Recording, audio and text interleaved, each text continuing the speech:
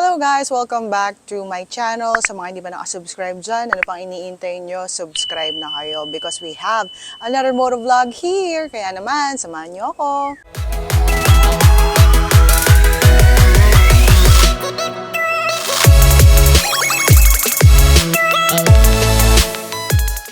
So ayan guys, pagpasensyahan nyo na kasi tirik na tirik ang araw. Ano tayo sa labas? Ang init.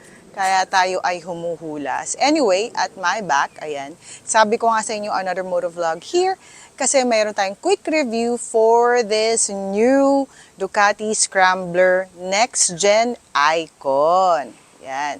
So bago muna tayo tumakbo sa kalsada, magwo-walkthrough muna tayo dito sa ating motor. Ayan. Alam nyo ba guys na isa pa lang itong nasa harap natin sa buong Pilipinas for this specific variant, for this Ducati Scrambler Next Gen Icon. Isa pa lang. Meron pa yung dalawang dumating pero ibang variant. This is a demo unit from Ducati Philippines. Thank you so much Ducati Philippines for letting me be the first one to use this. As in, pagka-activate nila, sa akin agad nila pinahiram. Thank you so much, Boss Renzo, for letting me use this and experience this, lalong-lalo na at first time kong gumamit ng Scrambler. Yes, sa dami ng motor na nagamit ko, especially mga Ducati bikes, first time kong mag-Scrambler.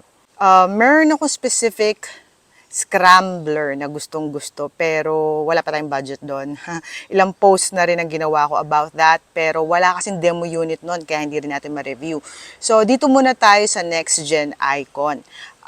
What is special ba with this new model ng Scrambler from Ducati? Alam nyo guys, this is the most affordable Ducati bike na mabibili nyo ngayon sa Philippine market. This one is 670,000 only. Imagine, sa ganong price, ikaw ay naka-Ducati Scrambler na, 'di ba? And bago siya, 2023 model, 803cc na ang displacement. At tingnan niyo man guys, all stock 'yan. Pero formang-forma na. Wala ka na kailangan idagdag pa. Pero alam nyo ba, ang isa sa maganda sa Scrambler is isa sa mga models ng bike na madaling i-customize. Maraming options like sa klase ng gulong na gagamitin, sa mags, sa side mirrors, and everything. Marami kasi ako nakakita ng mga naka-Scrambler na iniiba-iba nila yung itsura or yung parts ng Scrambler nila na binabase nila sa use or sa riding style nila. And speaking of riding style guys, dahil nga first time ko mag Ducati Scrambler, nagulat ako dahil ang sarap pala nito gamitin sa mga lubak-lubak, sa mga off-road. Kahit ganitong setup pa lang, kahit all stock. Lalo na tumayo ako, grabe parang napakadali niyang i-handle. Hindi ko akalain ganun. I mean sa liit nito, sanay tayo sa malalaking motor. Pero sa liit nito parang very confident ako nung dumaan kami sa mga lubak-lubak. Hindi ako natakot na baka madulas ako, lalo't bago to. Bago-bago pa yung gulong. At first time ko mag-Scrambler, hindi ako natakot. Sobrang confident ko kahit pangit yung kalsada. So just imagine, hindi lang siya sa paved roads pwedeng-pwede. Okay na okay din siya sa mga roads na hindi kagandahan. And as you can see on this Next Gen Icon ng Scrambler, naka-DRL na siya. And ang kanyang turning lights ay LED na din. For the front wheel, ang sukat niya ay 18 inches at sa likod naman ay 17 inches. Pero as you can see, mas malapad sa likod kaysa sa harap. Yan, o, diba? Isang distinguishing marks, I believe, sa model ngayon compared sa luma ay itong decal na SCR. Bukod doon, mas magaan ng 4 kilograms itong model na to kumpara sa lumang model. At dahil bagong model nga siya guys, Euro 5 na rin itong ating Scrambler. Ayan ang mga buttons niya. Ayan. And ang ganda na ng display niya compared before. Itong display na to guys ay 4.3 inches na. So, i-on natin guys para mapakita ko sa inyo kung gaano nakaganda talaga itong display ng Next Gen Icon. Uy, grabe dilaw. Oh ha? 'Di ba? Ganda na setup. Ang ganda ng display. Again, 4.3 inches na itong TFT display. And pwede mo rin itong i-upgrade to a Ducati multimedia system. So as you can see, we are on sport mode. Ayan. Palitan natin. And as you can see, there are two options. Merong sport at meron ding road.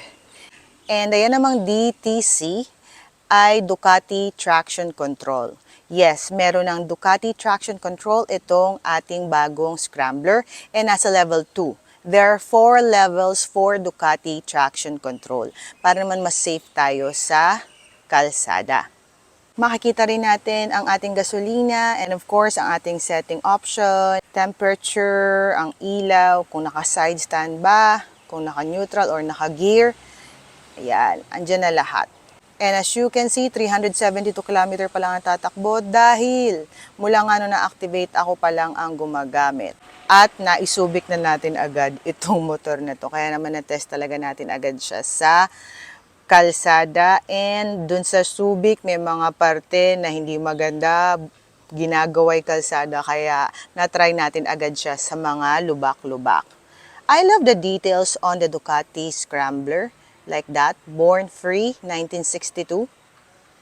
Yan, Euro 5 na. At itong ating tangke ay mayroong 13.5 liters. In fairness, sa paggamit ko sa kanya sa Subic, hindi siya malakas kumain ng gasolina. Matipid siya kahit 800cc na siya. Ito guys, itong 3X na to, ang ganda ng details, no? Yung mga simpleng ganyan details, lalong gumaganda yung motor. Ang kulay na unang dumating dito sa Pilipinas ay Thrilling Black. Pero meron ding 1962 yellow and of course the Ducati red. Sayang, hindi yung yellow ang dumating. Gustong-gusto ko pa naman yung itsura niya sa pictures. Mukhang ang ganda. This one is hindi pa siya quick shifter pero naka-ready na siya. And of course, stock pa yung ating exhaust. Ayan. Pero nung tumatakbo tayo, gusto ko yung tunog niya eh. Lalo pag nagme-menor. Kaya mag-sound check tayo.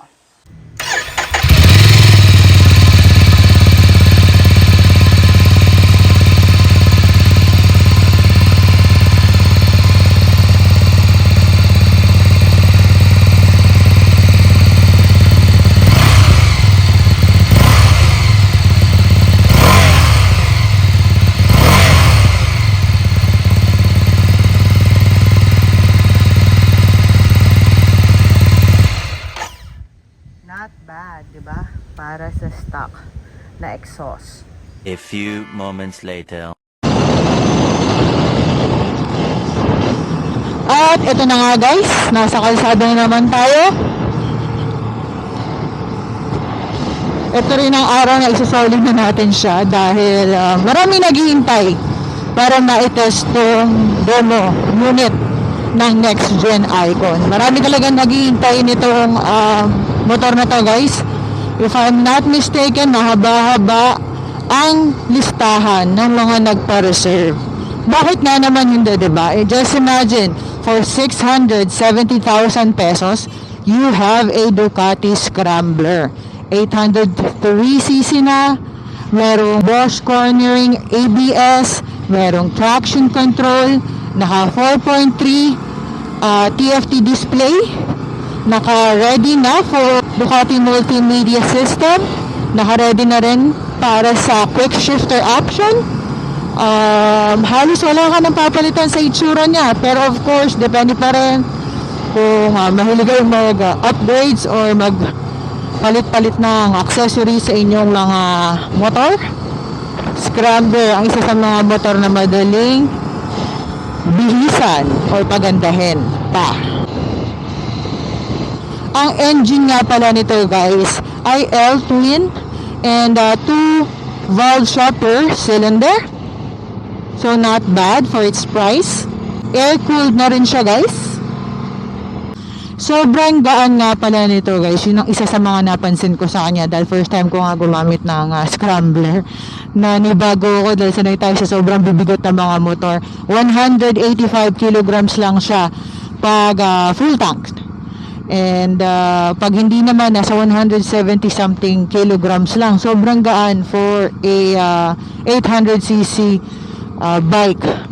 Ang standard seat height naman nito ay 795 mm and pwede nyo siyang ibaba hanggang 780 and pwede namang itaas hanggang 810 mm. So kung gusto nyo mababa, mataas, whatsoever, there's always an option or a way pagdating sa ating Ducati Scrambler Next Gen Icon. At dahil nga dun, with that option na pwede nyo siya ibaba, at sa dahilan na ang gaan din niya ang big bike, pwede siya sa mga beginners. So if you're aiming for your first big bike, lalo na kung Ducati ang target yung brand, this Scrambler Next Gen Icon is the best choice for me for now. Yes, kasi hindi siya mataas, hindi siya mabigat, at higit sa lahat guys, hindi siya mainit. Sa biyahe natin sa Subic, nung dala natin to, na-traffic din naman tayo kahit paano. Kung ikukumpara ko sa mga nagamit kong ibang motor na mainit, hindi ko siya mako-consider na mainit. Yung kanyang temperature is normal pagdating sa ating panahon, pagdating sa ating traffic, at pagdating sa kanyang displacement. Although Euro 5 na siya, parang hindi siya kasama dun sa mga sinasabi nilang basta Euro 5 na ang motor, medyo mainit na.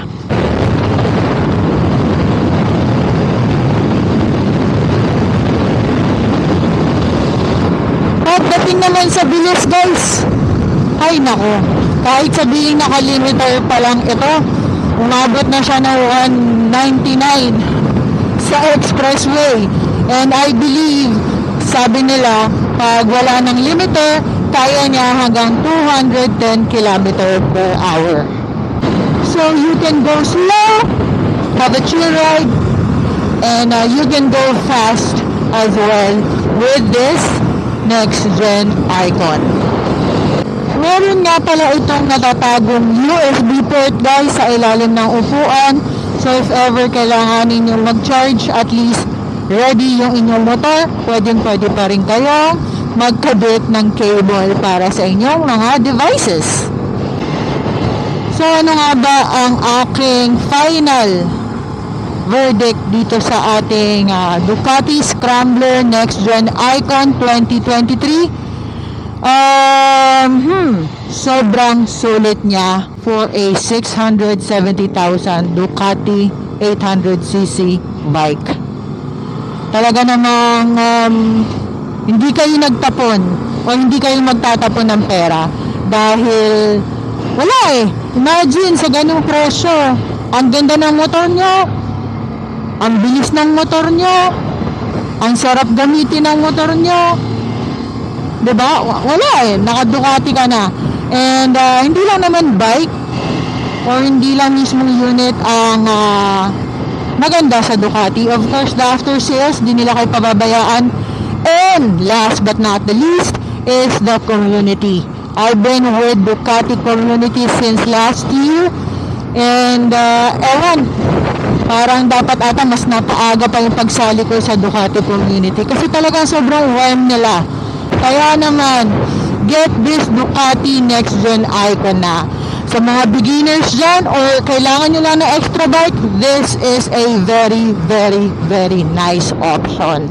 If you have any inquiries nga pala, if you want to test this bike or if you want to check other Ducati bikes, please visit them. Meron sila sa Katipunan, Quezon City. Meron dito sa Alabang. Meron din sa Clark. And I believe nag-expand pa sila or you can also message them on their Facebook page. Thank you so much Ducati family, sa mga Albertos, of course kay Renzo, kay Boss Omi, kay Ma'am Janet, everyone, thank you so much for welcoming me into the Ducati community. Again, sa mga hindi pa nakasubscribe dyan, subscribe na kayo. Tapusin ko na to dahil umuulan na. Of course, please follow me as well on my Facebook, TikTok, and Instagram para naman lagi nyong alam kung nasan tayo at kung anong motor ang ating dala, ating nire-review at ating ine-enjoy. Thank you again guys for watching this. Please like and leave a comment and see you on my next vlog. Bye bye mga kateki!